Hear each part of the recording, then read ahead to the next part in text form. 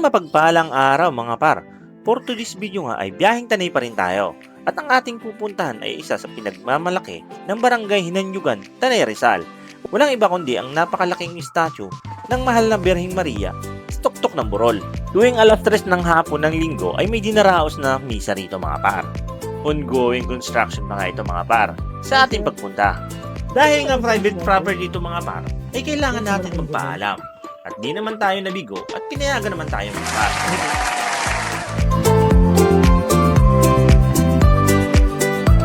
Pagkatapos makapagpaalam mga par, ay wala na akong sinayang na oras. Diretso agad ako papunta sa tuktok ng Burol.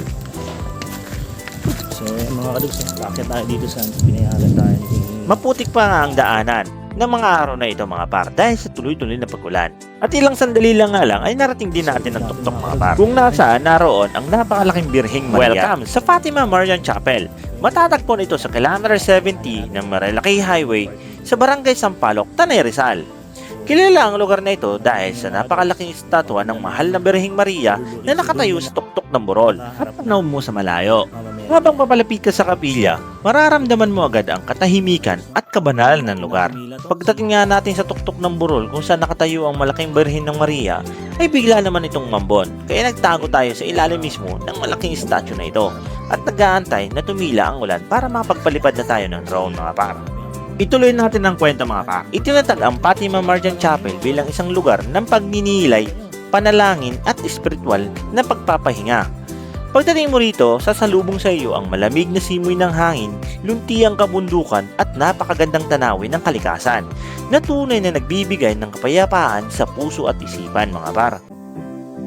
Isa sa mga pangunahing atraksyon dito ay ang higanting estatwa ng Our Lady of Fatima na nagsisilbing sentro ng debosyon ng mga bumibisita rito. Marami ang pumupunta rito upang magdasal, magpasalamat at humingi ng gabay, mag-alay ng kanilang mga kahilingan sa mahal na Birhen. Tuwing linggo naman ay may banal na misa na ginaganap alas 3 ng hapon kung saan nagtitipon ang mga deboto at pamilya upang magsama-samang magpasalamat at magpuri sa Diyos.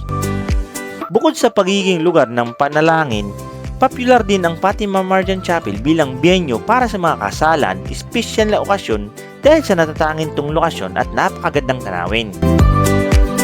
Kung naghahanap ka ng isang lugar na makapagbibigay ng kapayapaan, inspirasyon at malalim na koneksyon sa iyong pananampalataya, ang Fatima Marian Chapel sa Tanay Rizal ay isang destinasyon na dapat mong bisitahin.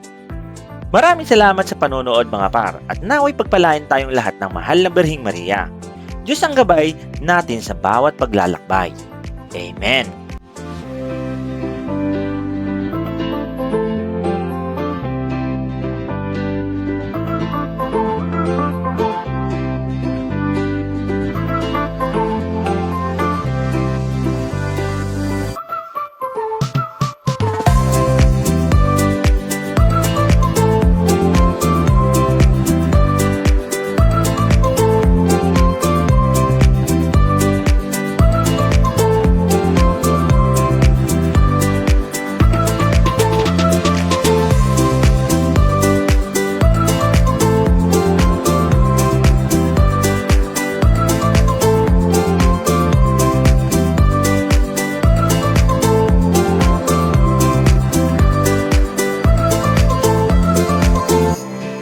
Maraming salamat kung nakarating ka sa dulo ng aking video.